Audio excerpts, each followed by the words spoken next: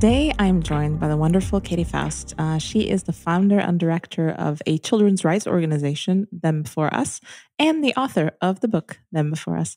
Welcome, Katy. Thanks so much for having me.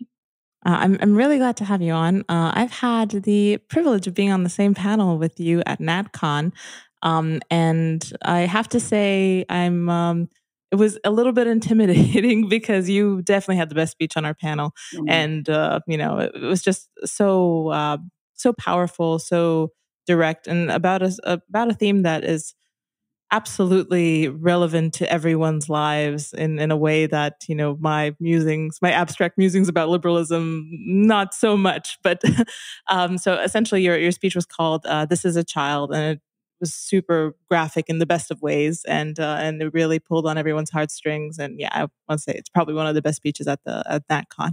So obviously I wanted to have you on. And I wanted to maybe start this about just to ask you, okay, what are children's rights? I mean, what are they now, and what do you think they should be? Yeah, good. Yeah, there's a lot there. First of all, if you have not heard Alex's NatCon speech, go listen to it. It is fantastic. She is absolutely underbilling herself here. We did have the best panel of the entire event. So feel free to watch everybody that was on the stage with us because we all killed it. Let's be honest. So children's rights, I run a children's rights nonprofit. I think people in the conservative world are pretty familiar with the fact that children have a natural right to life. And we have built a pretty effective anti-abortion movement by advocating on behalf of the natural rights of children, their right to life. And we need to take that same mentality, that same line of argumentation into the realm of marriage and family, because children have other rights as well. They have rights on this side of the womb. And beyond their right to life, children have a right to be known and loved by the two people responsible for their existence. And people in Europe are more familiar with this concept than people in the United States because you guys have all signed the UN Convention on the Rights of the Child, which spells out that children have a right to both parents and should not be needlessly separated from either or both parents. And it is part of the UN Convention that is the most widely ratified treaty in the world, signed by every country on the globe except the United States. So this is language that is pretty familiar with lawmakers and policymakers across the world. What does it mean practically, though? Well, in my opinion, what that means, first of all, let me talk about the power of defending children's right to their mother and father. And this is challenging for Americans because we have been so captured by these cultural narratives like love makes a family and biology doesn't matter. All kids need is to be safe and loved. And the reality is that when you can defend children's natural right to their biological mother and biological father, you give them statistically the safest household, because whether you're looking at it from a biblical perspective of our sin nature our sin nature gets in the way from loving children as we ought, or an evolutionary perspective that says there is no evolutionary benefits to investing in offspring that is not going to carry on your genetics. We have seen that unrelated caregivers, live-in boyfriends, live-in girlfriends, stepmothers, stepfathers, even adoptive parents, pose a greater risk to children. There is a natural protectiveness that biological parents give to their own children. And that's why adoptive parents like me have to go through extensive screening and vetting and background checks, because this reality that unrelated caregivers pose greater risk of abuse and neglect is undisputed in the social science world. The second reason why defending this natural right is so good for kids is because it grants them their biological identity. I mean, all of the different obsessiveness that we have on identity and figuring your identity, that is the question that humans have been asking forever. And it's very, very hard to answer the question, who am I? When you don't know whose am I? Knowing your biological mother and father is critical to security in your identity. And this is also validated by adoption best practice, which has moved drastically away from closed adoption 50 years ago to now 90% of adoptions are open adoptions, because social workers recognize that even if they can't be raised by them, children benefit from as many connections with their first family as possible. And now we see in surveys of kids created through sperm and egg donation that overwhelmingly they say, that's my father. That's not a donor. That's my father. I long to know his identity. What characteristics do we share? He is half of who I am. Like, that's overwhelmingly what they say, because he is. And finally, when we defend this natural right to children's mother and father, you get the perfect gender balance in the home. And gender is not a social construct, as you very obviously and repeatedly identify. And those differences matter the most starkly in the theater of the home, that men and mothers, men and women offer distinct and complementary benefits to children. A few of those are: women are more concerned about the immediate emotional well-being of their kids, their immediate safety. They tend to simplify their language into right at the child's level. They emphasize fine motor skill development through like tying shoelaces and chopping vegetables and cutting crafts. And men focus on encouraging healthy risks, roughhousing, gross motor skills. Men do not simplify their language. They talk to babies like they talk to everybody else. So it's constant cognitive expansion. So when you can defend children's rights to their mother and father, you get statistically the safest home a child will grow up in. You will get the biological identity that so often grounds them, and you will get the perfect environment for child development. So obviously, if those are realities, which they are, it's an indictment against every form of modern family that we are promoting. And that is where I tend to get the most pushback. Yeah, I mean, I can imagine that. There's there's kind of this view of marriage, or marriage not being very different from cohabitation. It's all essentially based on consent. I mean, how does this? When did this shift happen? And do you see any idea that people might be going in a different direction? Because this is kind of the information that I got about marriage growing up was that it was kind of archaic. Most marriages were pretty rough. They stayed together because it was kind of a custom, but cohabitation is just as good. And yeah, why do you need a piece of paper? Essentially, that was Right. We're married in our heart, exactly. So, we do have a whole section on cohabitation and the stark differences of child well-being between kids raised by cohabiting biological parents and kids raised by married biological parents. And the biggest difference, well, there is a huge difference. First of all, there's a huge difference, namely instability, right? That those cohabiting relationships last on average about 18 months, about as long as that chemical in love high takes you in terms of the first stage of that romantic relationship, right? So once that chemical high wears off, which lasts about 18 months, without a vow, there's nothing really to keep the parents together. So children will overwhelmingly see the dissolution of their parents' relationship if they're cohabiting. And then if you repeat that cycle, you're going to break up and then recohabit with someone who's unrelated. Very often, that person is going to increase risks of abuse and neglect in the child's life, right? So cohabiting relationships between the biological mother and father have drastically lower outcomes for children in terms of academic performance, substance abuse in the future, anxiety and depression. Couple that with the fact that they're probably going to then be involved in sort of a revolving door of new partners after the breakup. And that's not a model that is any kind of substitute for marriage. Why did we get here?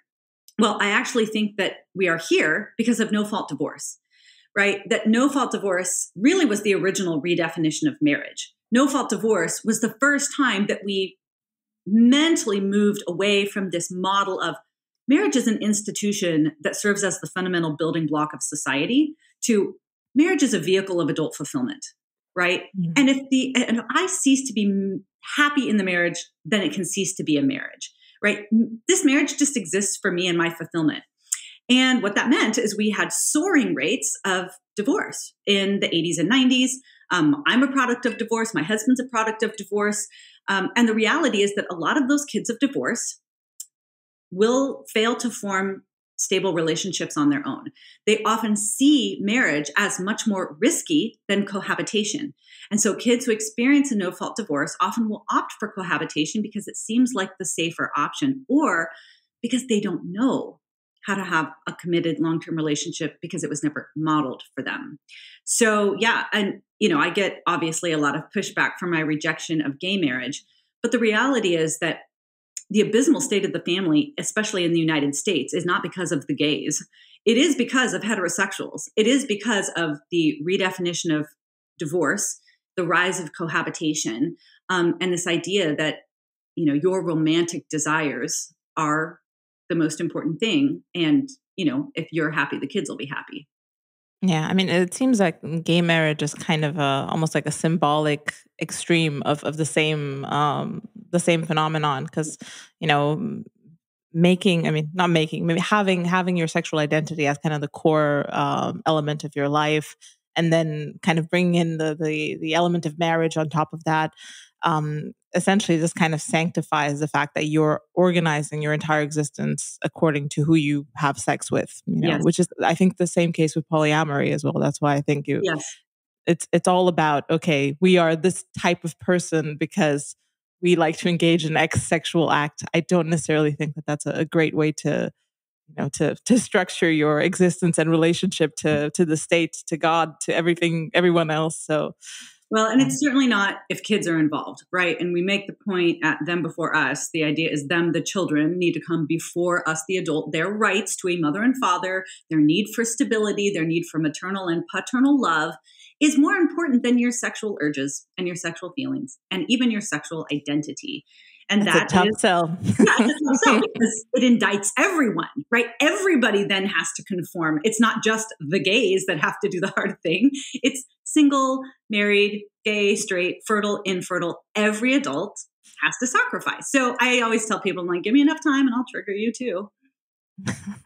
Yeah, I think it's a tough one just because it feels like our relationship to children has changed as well. Okay, they're seen more as kind of a nice to have, almost like a status object. You can see this also by, you have people at the bottom kind of quintile of the population having children by mistake, or essentially not, because their lives are unstructured. Then you have a big dip of people who are, conscientious enough to know that they can't afford the children, and then at the top you have people with like a lot of more children, like, three, four, five, six, seven.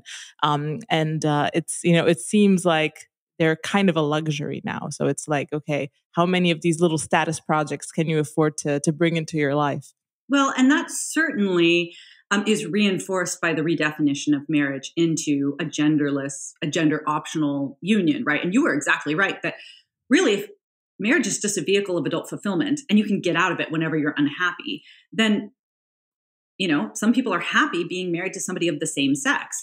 But if you're married to somebody of the same sex, that means that children are optional to the institution of marriage. They're not a fundamental part. They can be treated as accessories, right? And that mentality goes towards all adults, right? Um, Obviously, many people do still associate marriage with parenthood because legally, culturally, and historically, they have always been married. They've always gone together.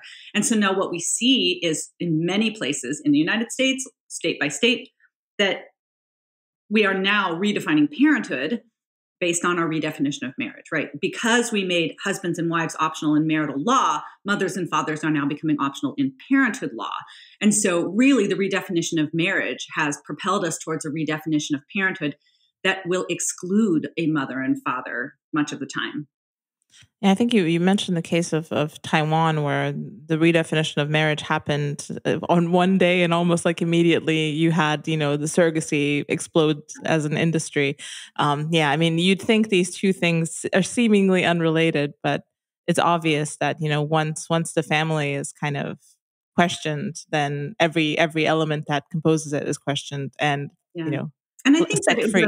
it's a clever marketing approach, right? Where they say first with the redefinition of marriage, they're going, marriage isn't about kids. Like this is just about adults. And then as soon as marriage is legalized, now we've got Adam Schiff proposing the all families are equal act, that subsidizes sperm donation, egg donation, and surrogacy in the name of equality, right? Like if there can be no distinction in the way that we treat husband-wife couples and male-male couples, female-female couples, everybody also has an equal right to parenthood.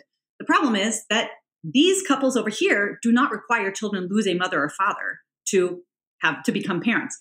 These couplings will always insist that children lose their mother or father. So from a emotional standpoint, right? And I say this as a woman whose mother has been in a same-sex relationship for 35 years, like there may be no difference in terms of the ability to commit and connect between same-sex couples. But as it relates to children, these are exact opposites, right? That what they give to children are starkly different. And I am I'm bummed that we did not hone in on that aspect of the marriage debate. And instead, we obsessively focused on just adult emotional fulfillment, because now the kids are stuck. The kids are stuck with suboptimal, rights violating law and policy. Yeah, I think a lot of people don't realize that um, what happens to adults and the freedoms we allow adults or allow ourselves, are upstream of what happens to children. I mean, these two are not separate, and like you said, if there's no explicit understanding of that, and it's not codified into law, it's not codified into limits that are state set for what is desirable. Because I think people forget what the purpose of the state is. It's not an enablement mechanism for you to get your jollies. It's an enablement mechanism for society to continue, which we're having problems with now. Like most societies in the West are having big problems with it. So yeah, I mean, it's a Well, and definitely you're a exactly crossroads. right. Like, I know that there's a lot of libertarians that are like, the government needs to get out of the marriage business. And I'm like, no, the government is here to protect fundamental rights needed to have a thriving society. You will never get that unless you are incentivizing men to commit to the women they're making babies with and stay together for life, because this is about the fundamental rights of children. And so we actually need that government encouragement and incentivizing so that children can grow up in these households that statistically are going to lead to their flourishing. And there is no other family structure, not the single mother, not the divorced home, not the remarried home, not the same-sex headed household, not the polygamous not the open non-monogamous situations. I mean, like, there is no other family structure that is going to lead to child thriving. And so the government does have a role in promoting that. But I think that we have just been, right now, adult sexual desire is God. It is the most important thing. Our laws even our marriage and family laws before Obergefell were being moved away from the rights of children towards enshrining and valorizing adult sexual desire. The problem is that sex is connected to babies. And so if sex is God, children and babies will always be the necessary sacrifice on the altar of that idol. So that's what we've got. Like, we've got to reconfigure our priorities. We have to tell adults that their sexual desires and choices and feelings are not the most important thing, but that is the one place you're not allowed to go today. Yeah, I mean, this kind of brings in the idea, the problem, the opportunity, the historical fork in the road that the pill represents. I wonder what your position on universal hormonal contraception is. Well, I was an idiot about it for a long, long time. I didn't grow up in a conservative or a Christian home, so I had a lot of learning to do. And from a perspective of my nonprofit does not take a position on the birth control pill, because we are like, adults should be able to form the consensual relationships that they want and make the choices that they want to make. They just can't force kids to sacrifice for them, right? So I understand the massive shock to the sexual marketplace that the pill brought back in the 60s, right, when it separated sex from diapers. I think that same mentality has allowed us to separate babies from sex in the IVF and the reproductive technology world. That disconnect that these kids exist for me, right? I can manipulate them out of existence or into existence, right? We see them then as sort of designer optional commodities in our life. So I don't think that birth control is good for a woman's body. But at them before us, we don't take a position on that, because we're not here to police adult decisions. We're here to protect children. And oftentimes that is going to limit adult sexual decisions. But that's for them to figure out. Like, you figure out how you want to orient yourself sexually, and then we will stand between you and the kid if your choices are going to violate their rights. Yeah, I think it's also kind of it's very hard to turn back the clock on that one without some sort of immense intervention, and you kind of have to take it as a given. You kind of have to play it as it lays, because it is extremely heavy in the field that you're in, and it's probably one of the most important factors. But like you said, what are you going to do? This is, you have to play in a world where contraception has freed everyone to be their best selves and have or not have children. But I mean, you mentioned IVF. I mean, is there any implication of IVF? If it happens, in families who maybe are experiencing infertility? Is that an issue, or is that only an issue for you if there is donor sperm or donor Mhm. embryos? So our rule at Them Before Us is adults cannot force kids to sacrifice for them. Just because you desperately want something or desperately don't want something, you cannot force a kid to sacrifice for you. So what a lot of people don't know is that IVF is not child friendly. Only about 7% of babies created in laboratories will be born alive. About 93% of them are either going to spend their entire life and be forgotten in a freezer, deemed non-viable and discarded. They won't make the grade and they'll be discarded. There'll be surplus embryos and donated to research. They won't survive the thaw and then the transfer. They'll be deemed the wrong sex and discarded. They won't, maybe if it's a multiple implantation and 3 babies take, they, 1 or 2 babies will be selectively reduced. This is especially common in surrogate pregnancies. So the reality is there is a gauntlet that babies have to go through to be born alive once you are created in a laboratory. And by the numbers, the baby making industry kills more embryonic life than the baby taking industry, abortion, annually. So anybody that's gone through IVF will tell you that they were encouraged to create 15, 20 embryos. They decided that 8 of them are worth keeping. 2 of them were going to be implanted. 1 of them didn't survive. Now they've got 6 in the freezer. And they're just not sure if now they're too old and now they're not going to be able to implant more children. I mean, like IVF, that you can do it without violating any child's right to life and any child's right to their mother and father. It just hardly ever happens because it's too cost prohibitive. So IVF is not child friendly. And I don't think most people know that how anti-life the whole practice is. And the industry is anti-life. If you go into it with the mindset of we're going to honor these as full persons deserving of human rights who should have every chance at life, you will be working against that industry if you bring in those convictions. So with IVF, our policy is don't violate any rights of kids if you do it. And even then, there's emerging health risks of children who are created in laboratories. But the answer about donors, sperm and egg donors, is no. It is always the violation of a child's right. You are always separating a kid from one or both biological parents. They will always suffer identity struggles. Many of them will struggle to connect with their unrelated parent that is in the home. So many of them feel commodified, like they were bought and sold, because they were literally selected out of catalogs.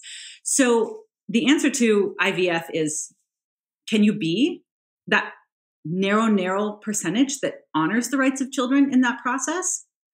Good luck. I hope you have a lot of money and very strong moral formation. But in response to donors, sperm and egg donation, the answer is always no for everyone. Single, married, gay, straight, fertile, infertile. The answer is no.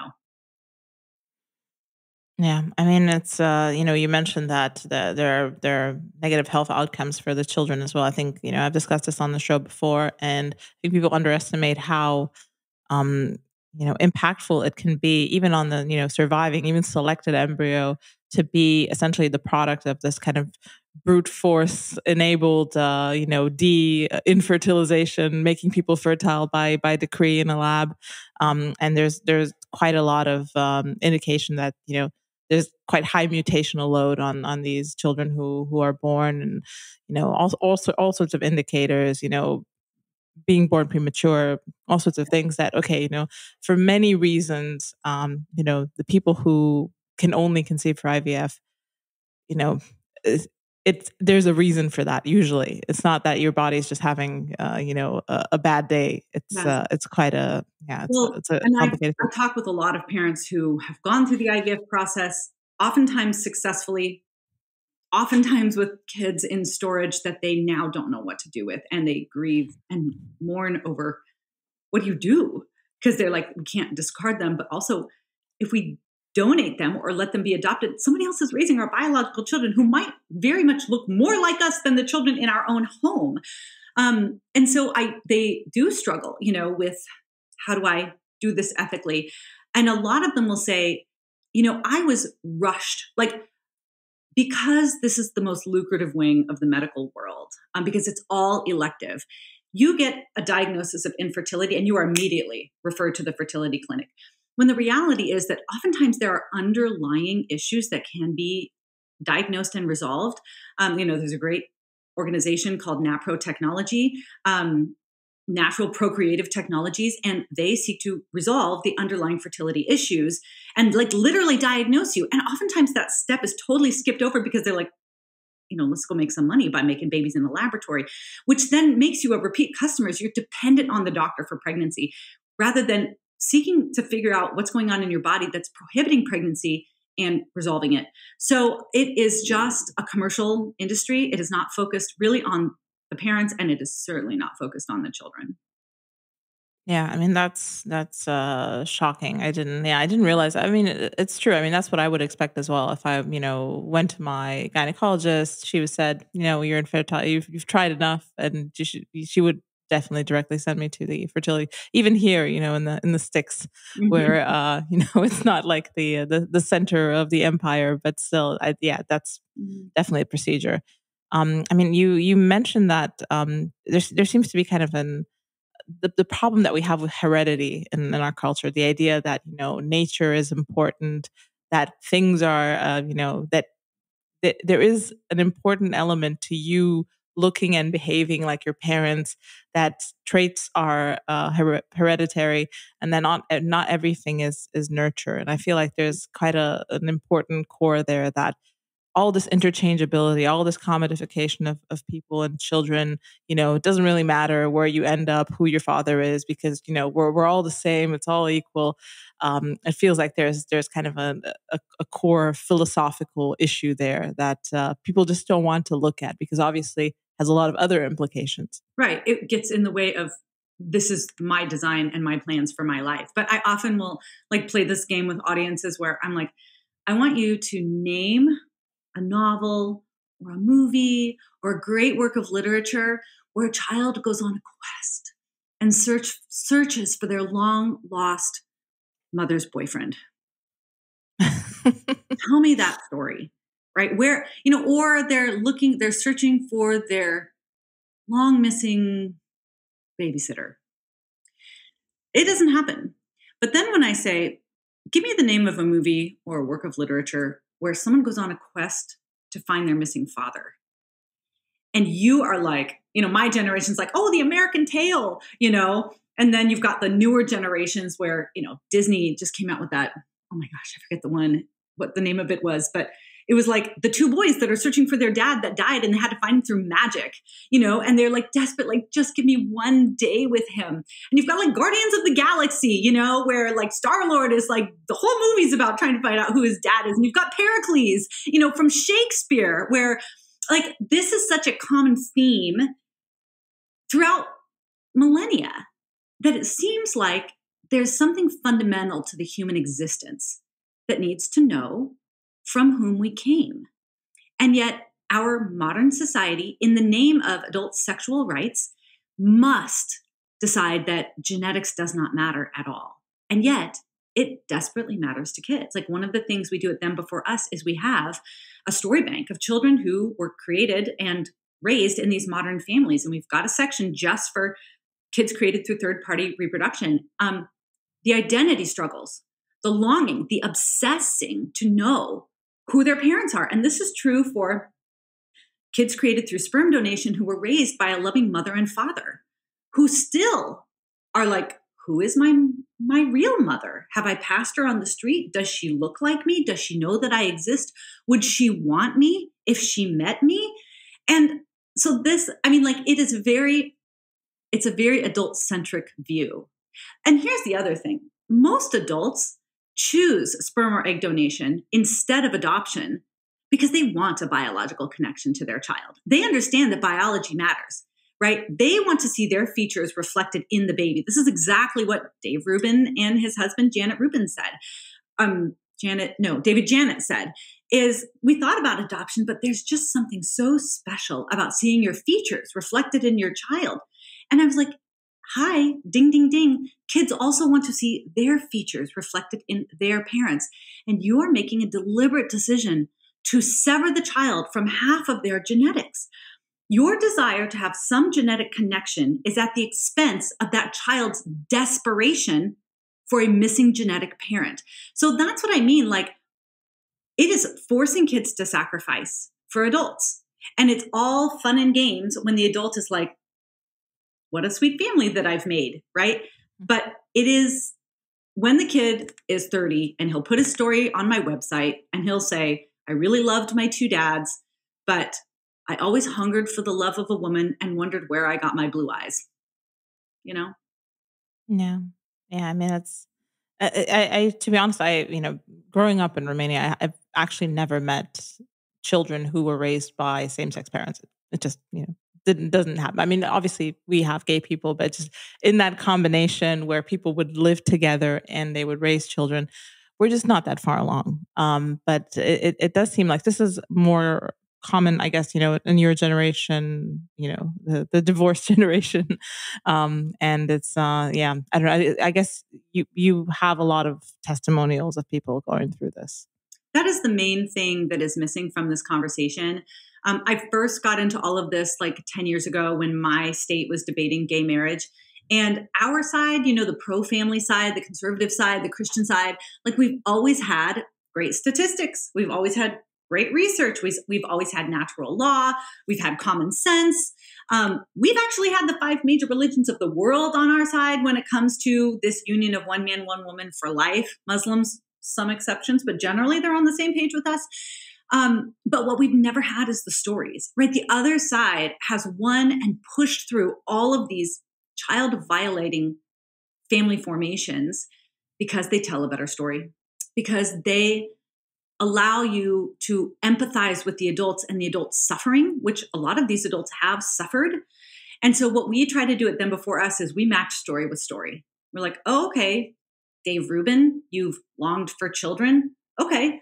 And we, even Jordan Peterson in his interview is so empathetic because of course everybody wants children. And of course, I think David Rubin and Dave Janet and Dave Rubin are probably going to be great fathers. Both of them are going to be great fathers.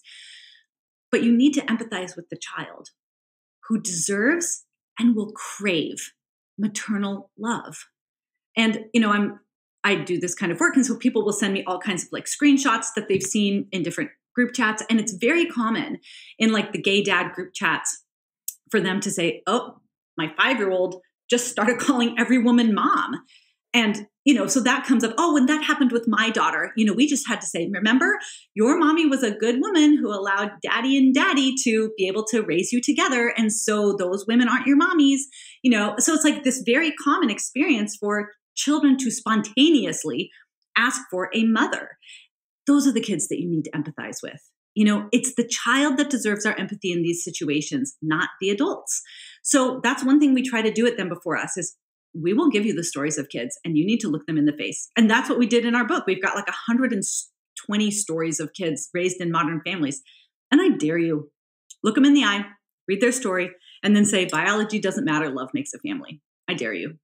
Yeah, I mean, I remember reading one book, and I racked my brain before the episode to remember the exact the name of the person making the testimonial confession.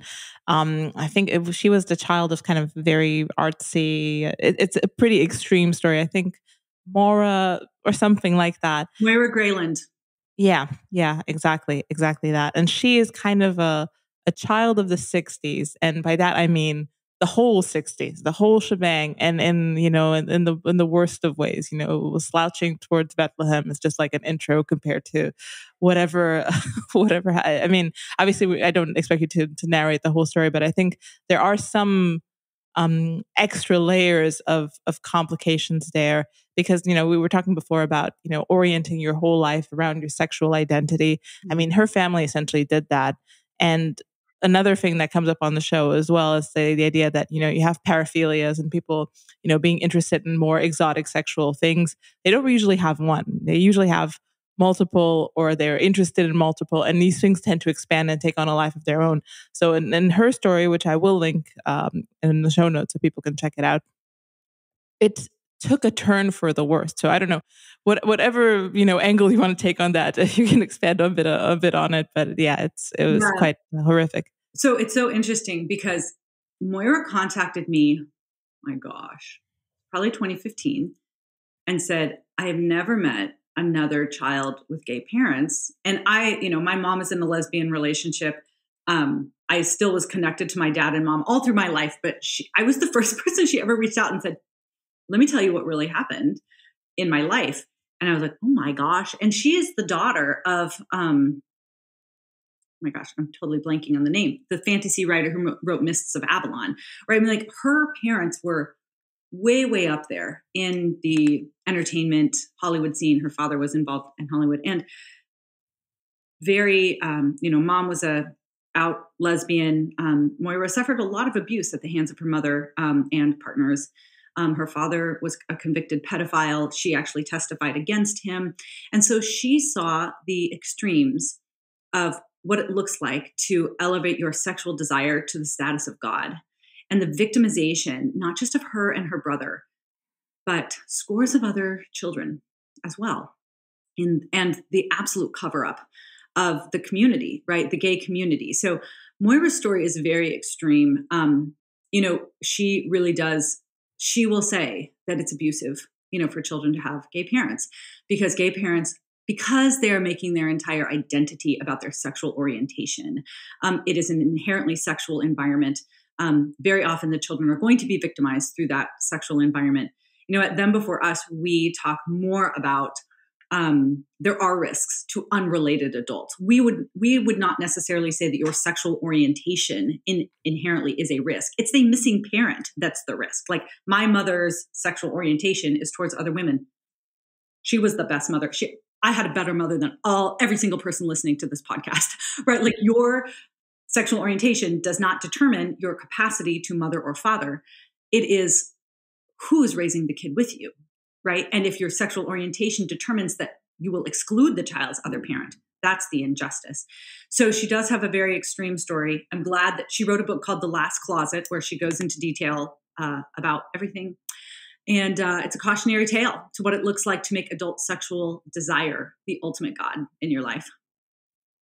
Yeah, I mean, it's definitely a startling thing, and I think um, you know, it brings up a lot of things, and I'm myself am obviously have no experience that goes near that in any way, but I'm also kind of a child of divorce, and pretty much everyone I know, very few people I know have solid family situations.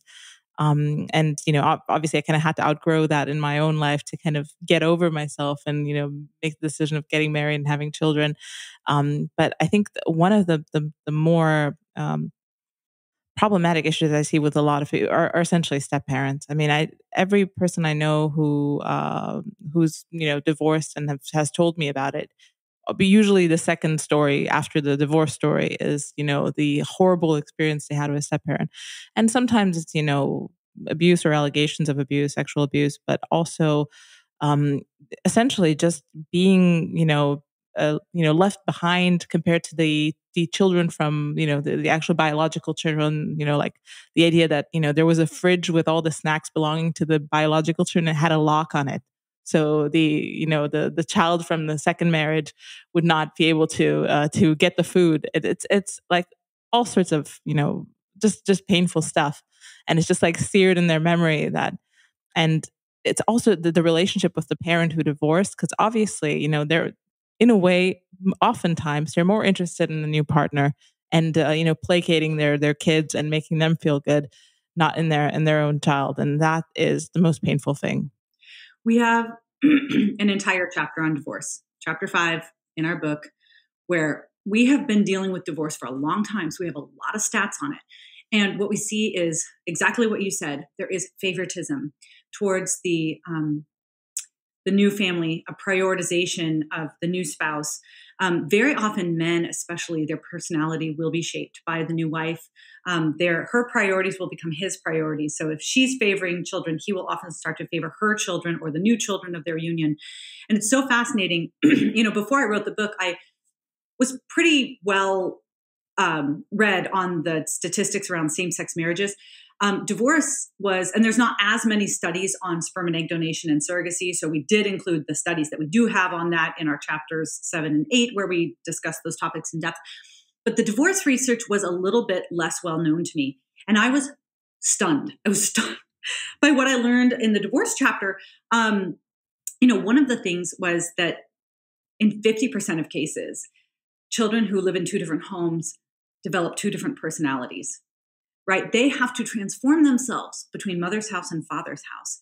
And then, of course, there is inequality, right? There is equality when a child is being raised by their mother and father together, right?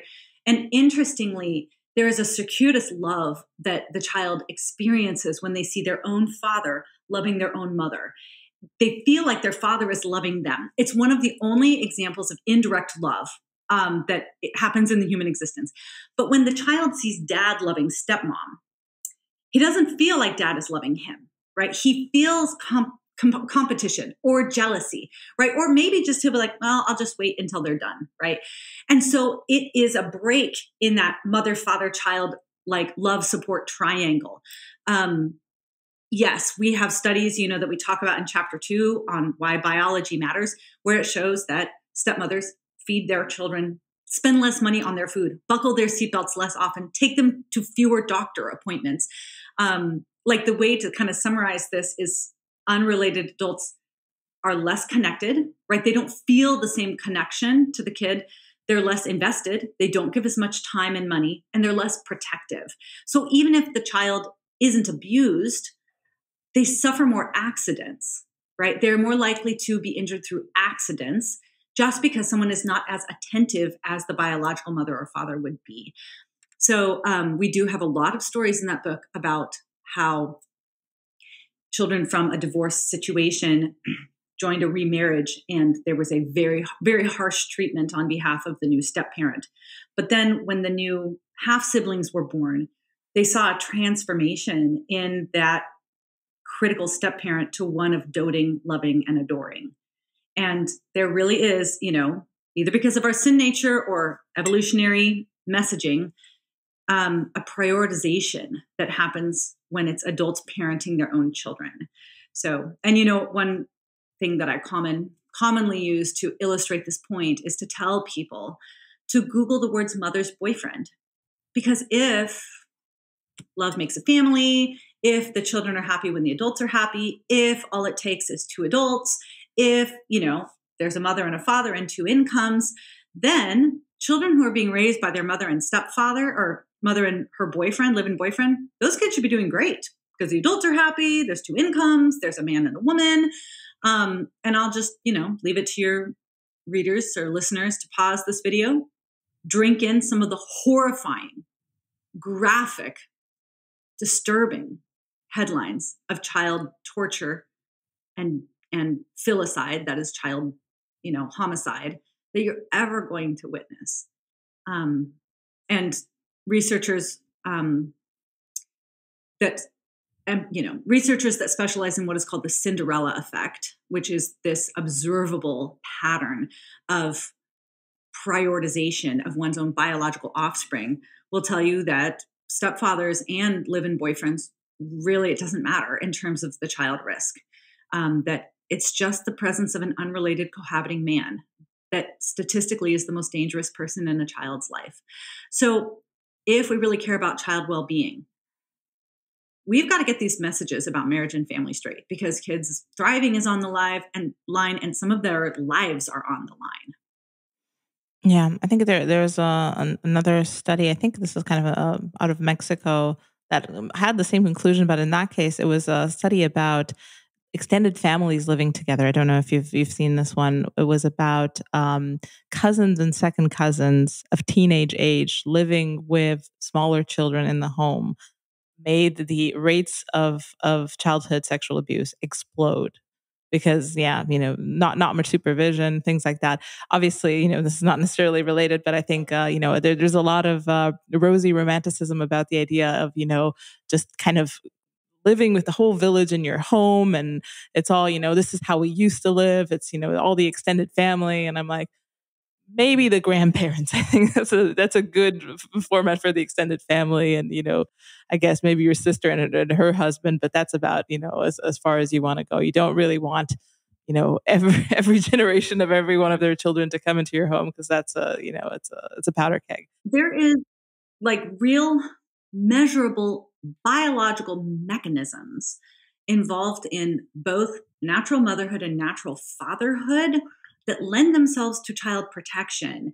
And people outside of that rubric are not going to get the same kind of chemical benefits. So, mothers obviously are inseparable from their children for the first 9.5 months. They create a bond. That continuous bond maximizes, child's capacity to trust and attach, form relationships later in life.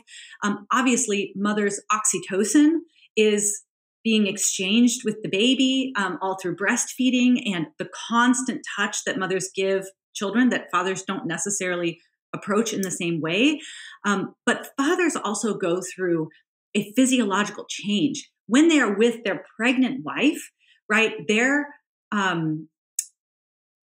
hormones, their protective hormones, right? They increase and their testosterone drops. So it's fascinating, especially for the first 6 weeks or so after the baby is born, his testosterone is lower, his vasopressin, his protective hormones increases. And all of that is a formula for more loving, nurturing, and protectiveness around the child.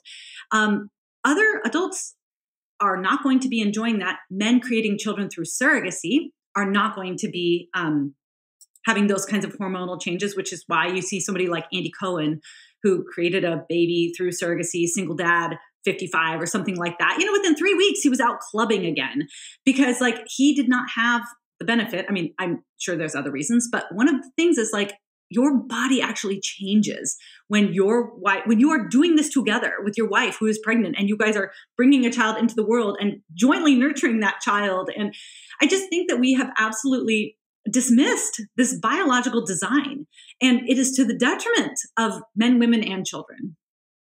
Yeah, I mean, the idea of kind of liberalizing the market for single men to grow babies for themselves for whatever purposes because I mean, with adoption, obviously, you've mentioned this before, it has to be a strict process. It is a strict process.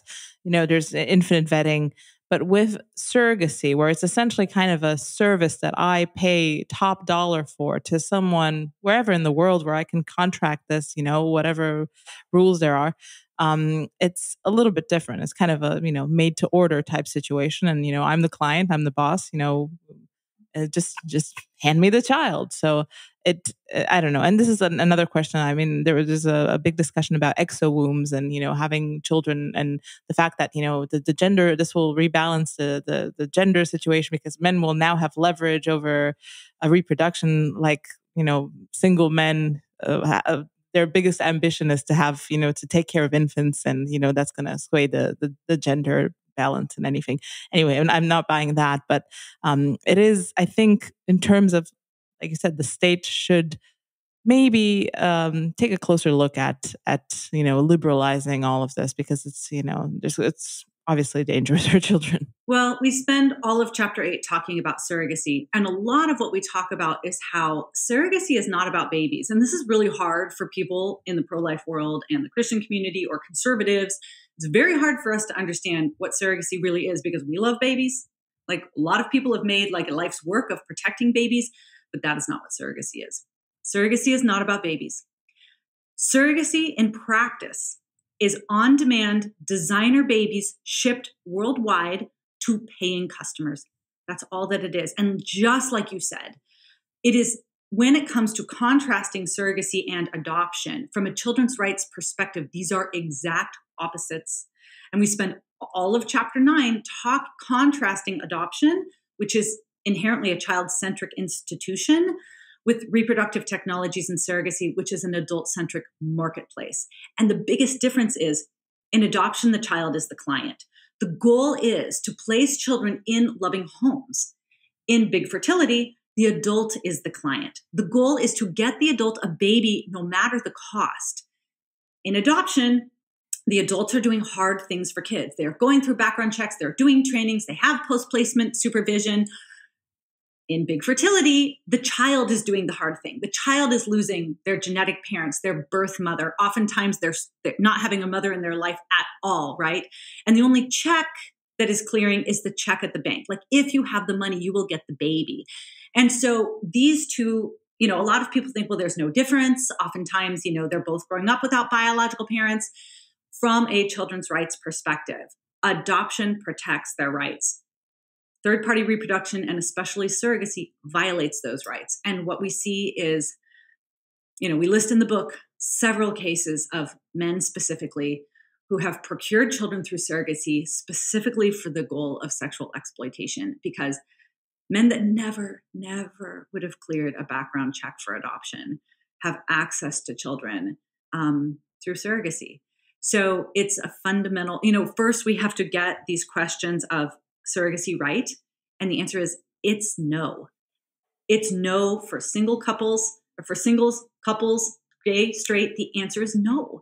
It always insists that children lose something they have a natural right to, their birth mother. They often have to lose a relationship with their genetic mother. Many times they lose the presence of a social mother every day in their life, right? And it's almost always commercially driven. So the answer to surrogacy is no. And that's hard for a lot of people to hear, because most people long to be parents, but adults don't force children to do hard things for them. And that is what surrogacy is. It is always insisting that children do hard things so that you can have something that you want. And it's an injustice. Yeah, I wonder if you've followed. There was a fairly high profile case recently with, in this case, I think it was two boys that were adopted by a gay married couple, which also, I think, in retrospect, if you'd look at their histories, there would have been some red flags. But also, I mean, obviously, this is from the conservative media. People gave them the benefit of the doubt because they were such a picturesque, couple that, represents the future.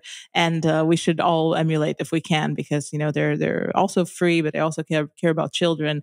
And obviously, if you read into the details of what happened there, and I don't necessarily recommend that, it's absolutely horrendous. Like the systematic, rape, torture, child pornography, distribution of child pornography, pimping, pretty much everything that you can imagine to, minor children. So, yeah. I quoted one of the fathers where he said, back when they had just adopted the boys, this was our right. We had a right to adopt these boys. And at them before us, we say, no, you didn't. Right. There's been state by state battles in the United States, and now it's sweeping through Europe as well, of do LGBT adults have a right to adopt? And from the left, they're saying, absolutely, right? This is an equality. This is a non-discrimination issue.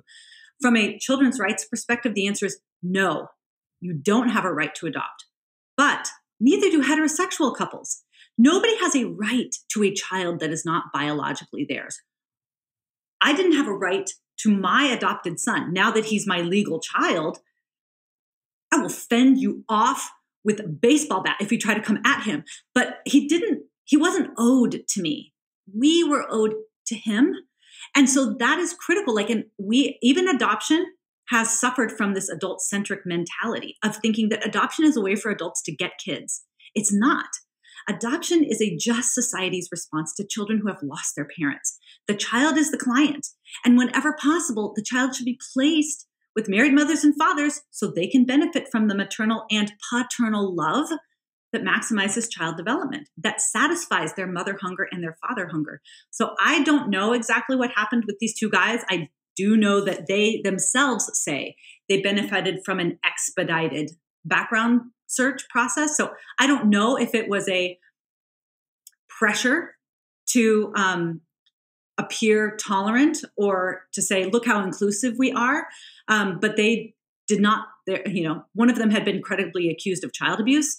They did not merit an expedited. Nobody should have an expedited background check process. It is literally about the well-being of children. So I think we need to be very careful about how we think about adoption. It's not for adults. It's for kids. And it looks like every adult failed those kids. The biological parents who were more focused on their drug use than their parenting, the state, the adoption agency who did not look carefully into the histories of these guys, the state that didn't prosecute, or they dropped the case of this credible accusation of child abuse. And obviously these two men who very clearly were more after exploitation than parenting. Yeah. I mean, obviously this is a high profile case, and most situations are not like that. Most situations are normal. I don't think people should, extrapolate too much. But the fact that the availability of easy options like this just completely, they set up a landscape of incentives, which maybe wasn't the case, maybe 20 years ago when options were more limited. But now, if you present people who have a predatory streak with a Swedish buffet catalog style menu of children either through adoption or generated by a woman in Ukraine who you can pay a bit more cheaply than one at home. It's it really does skew incentives, and it might push us into a direction, or it might enable people who might not have been necessarily criminally inclined to take that next step and just say, okay, we'll see what happens. I'll just make sure that I Yeah. let's try this avenue. Well, and I think too, like the common thread that links it all is these kids exist for me. Yeah. These kids exist for me. And I see that, obviously like manifesting in lots of different ways. But I think that we have just deprioritized children and their rights. And we've said, you sacrifice for me, you accommodate me, my relationship aspirations, my struggles, my longings, my desires, it is more important than what you need.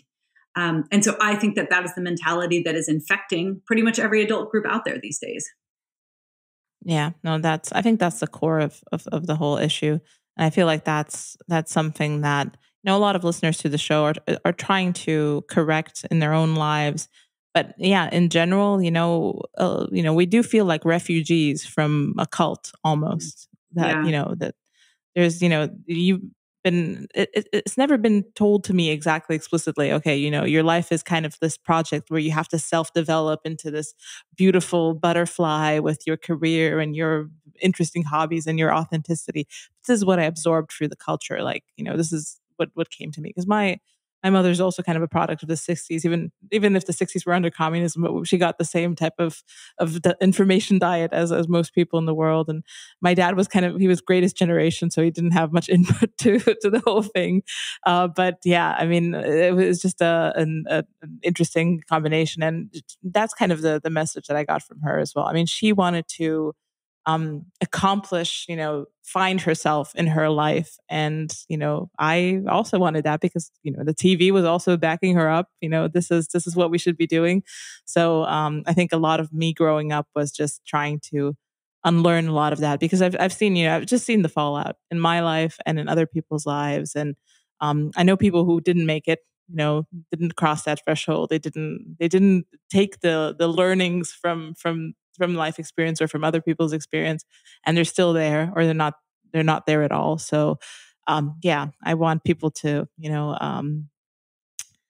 think about this stuff deeply, because there is a point of no return, either through age or through just bitterness and cynicism, and just loading yourself up with too much I know grief at the state of the world. So Mhm. yeah. And on that cheery note, Yeah. I want to ask you the last question, the question of the show, which everyone gets, is about a subversive thinker, in the spirit of the show, that you think is underrated or might have been influential in your thought, or could be any sort of type of thinker. I'm so glad you told me this question in advance. I really had to think about it. But I just spent like 2 months going deep dive, chapter by chapter, through the book of Jeremiah. And that man, I will tell you, like, I'm like, he is sticking it to the enemies. He is sticking it to his own people, supposedly. He had his finger on the cultural pulse of what was going on. And he was relentless, even though he was targeted, slandered, threatened. He did embarrassing things to communicate his message. And what I love is that he would never bend. Like, he would say the same thing in public that he was saying in private. He would say it when it was low stakes and when it was high stakes. And he did it even though it looked like nobody listened. He didn't do it based on, oh, I'm getting these really good results, so I'll keep saying it. Or, hey, if I said something else, I would get better results. Like, he knew what needed to be said. He knew the message that needed to be communicated for the good of the nation. And he's like, this is what I will say. And so it was interesting because every chapter, I'm like, he is talking to us. Like, there is nothing new under the sun. Human nature is human nature. And you need so much. I'm like, we don't need obscurity. We don't need compassion. We don't need truth cloaked and massaged into something unrecognizable. We need people who will speak clearly. You don't have to screech, right? You don't have to whine. You just need to state clearly what the problem is and what the solution to the problem is, and then don't bend. No matter how much bluster or accusations or threats, no matter whether or not your tweet reaches 500 people or 500,000 people, you just keep saying the same thing. That is your job. And I just, every morning, I was so fortified. I was so fortified by it. So anyway, we do need people who have done this before us and done this better than us and shown us what it really looks like to be a nonconformist, because conforming is so awesome. Like, I love it when people love me, and I love it when I'm around like-minded people who like what I'm doing. It is very hard to not succumb to that social pressure. So I'm glad that there's people that have done it before us and can show us how to do it. What about yours? Have you ever said what yours is?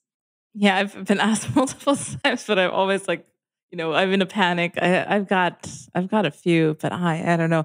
I always think I should be more considerate. It's usually just the last thing I read because yeah, but it's yeah. I mean, I've gotten into Dostoevsky recently, and it's I've actually been reading his memoirs from prison. I don't exactly know.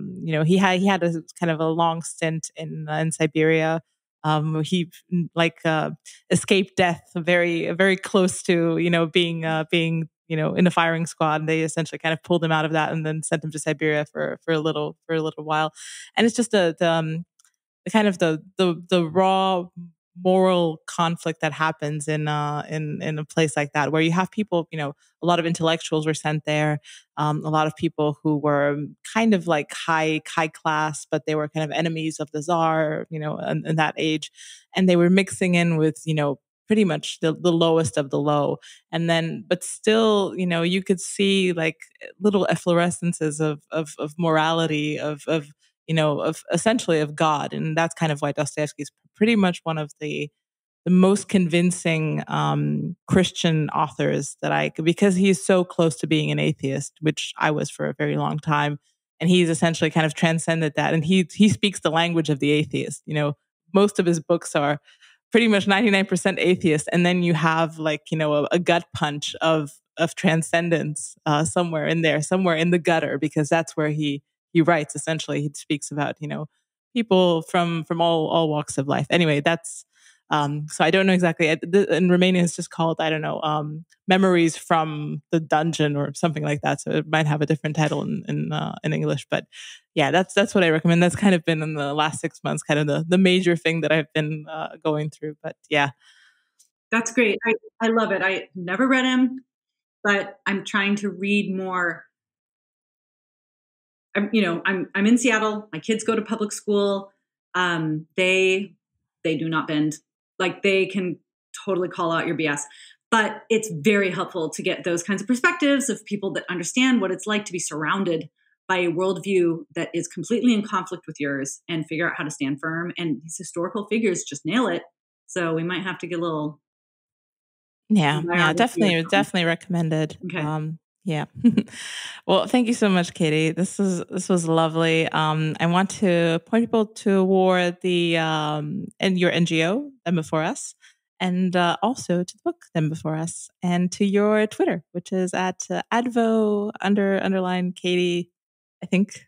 And Yeah. Any other place that you'd like people to go? No, that's it. Just, the book is designed to make you an expert, like, so that you don't ever feel like you need to move 1 inch. There's so Yeah. much emotional manipulation that is employed, and gaslighting of just reality that is employed in these conversations. And children suffer, when we don't stand firm. So the book is designed to help you stand firm, and you will be filled with fire when you're done. Excellent, excellent. I was filled with fire after your speech, and I think people should also check out your speech. It's excellent and a wonderful intro to the whole world of Katy Yeah. and children's rights. So thank you so much again for coming on, and yeah, this was lovely. Yeah, it was a delight.